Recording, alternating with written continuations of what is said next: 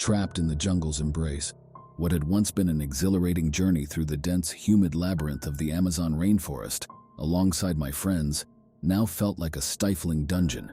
Its walls and bars were composed of relentless emerald foliage that seemed to choke out any hope of escape. Our audacious decision to navigate this boundless wilderness had led us astray, ensnaring us in a never-ending maze woven from lush, vibrant life. Days blurred into a single monotonous period, their individuality devoured by the all-encompassing jungle. The chorus of exotic birds and unseen insects that had initially captivated us now reverberated around us as a cruel taunt, a twisted parody of our predicament. Hunger was our constant tormentor, gnawing at our insides with animalistic ferocity, while fear coiled around our hearts like a deadly anaconda preparing for its lethal strike. We stumbled upon an unnerving clearing as the sun sank beneath the horizon, obscured by towering canopies, casting spectral shadows on our path. It was eerily silent compared to the constant hum of life surrounding it. At its heart stood an ancient altar covered in moss that radiated both a magnetic and unsettling aura. The obsidian stone was etched with grotesque figures, seemingly trapped in eternal agony. "What is this?" I murmured to myself. I was the group's self-appointed historian, but I'd never seen anything like this before. As we tiptoed closer, a low moan echoed across the clearing. It was followed by another sound, then more, until it seemed as if the jungle itself was screaming out in shared suffering. Panic seized us. We frantically rummaged through our backpacks as our flashlights illuminated a horrifying sight, figures shuffling towards us. Their clothes were tattered remnants clinging onto their pallid, decaying bodies, their eyes hollow pits of emptiness. These weren't your typical bedtime story zombies, but something far more terrifying, birthed from ancient secrets buried deep within this forest. With shocking speed, they lunged at us, their chilling moans morphing into guttural growls. Pandemonium erupted.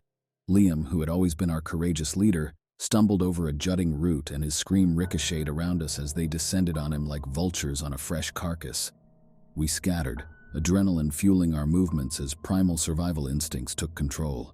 I managed to scramble up the towering trunk of a kapok tree, ignoring the rough bark scraping against my skin. From my elevated perch, I watched in petrified horror as my friends were devoured by the ravenous creatures, their screams piercing through the merciless jungle. Time lost all relevance as I sat there amidst the terrifying cacophony of moaning and flesh being torn apart. Clinging to hope like a lifeline, I watched as a single decaying figure emerged from the carnage below and headed toward my tree, its vacant eyes locked on me. Tears streamed down my face as I realized there was no escape. As the fiend started its ascent up the trunk, I grabbed a loose branch above me and snapped it off in desperation. With one last prayer whispered into the night air, I swung at its head. The impact was sickening, but did nothing to deter it. Instead, it let out a deafening shriek that filled the entire clearing. The shriek wasn't for me. It was a call, drawing more of them from deep in the forest heartland. They flooded the clearing with what seemed like thousands, drawn by that final cry. Paralyzed with fear, I could only watch as they turned toward me. The uncanny glow of torches lit the way as one figure, larger than the rest, emerged adorned with grim jewelry made from human bones. It was their king overseeing the gruesome feast. Its voice boomed through the space, sending a fresh wave of chills down my spine. "Welcome, sacrifice," it rasped. "You have awakened us. Now join our eternal feast." The shriek that tore from my throat was a raw, guttural gasp, bouncing off the canopy of trees as I tumbled from the branch I'd been clinging to. The impact with the forest floor was jarring, every nerve ending in my body screaming out in agony. Dazed and disoriented, I scrambled blindly at the leaf-littered ground, seeking something solid to anchor myself to. But all I found was a chilling sense of dread.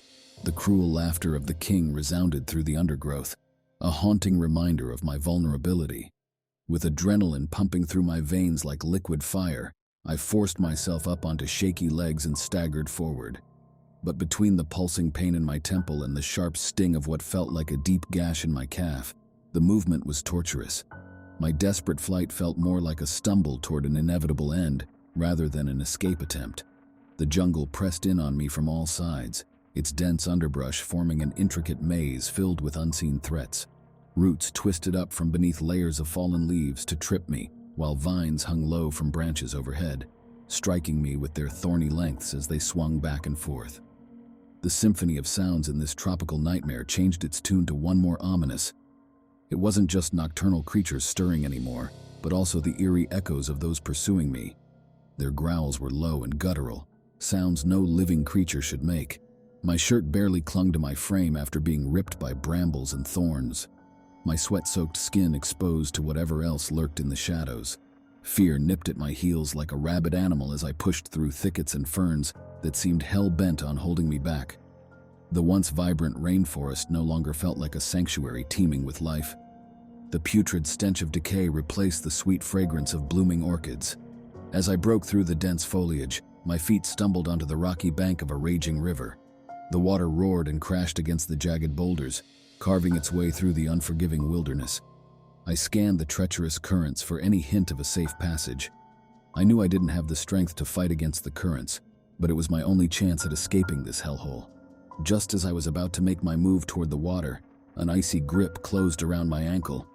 I fell forward, my skin scraping against rough pebbles. Twisting around, the moonlight illuminated the grotesque face of one of them. Its skeletal fingers tightened their hold on me as it pulled me closer to its gaping maw. My hands clawed at the rocky ground for something, anything, that could serve as a weapon but came up empty. The pain that followed its first bite was indescribable. Every nerve in my body was set ablaze while darkness crept in from the edges of my vision. As life slipped away from me, a horrifying thought took root.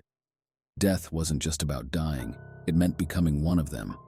My spirit wouldn't find peace or oblivion, but would remain within the trees and vines of this cursed place, another piece in a twisted puzzle of damnation. There would be no solitude here, only an endless cycle of souls led to their inevitable fate. The thought sent ice-cold fear coursing through me even as the warm blood drained from my wounds. Genuine terror lay not merely in the act of perishing, but in the chilling, unfathomable mysteries that lurk beyond the veil of death. And death wasn't an end. It was simply a new beginning, an eternal nightmare from which there is no waking up. Don't forget to like, comment, share, and subscribe to the channel. See you next time. Thank you for watching.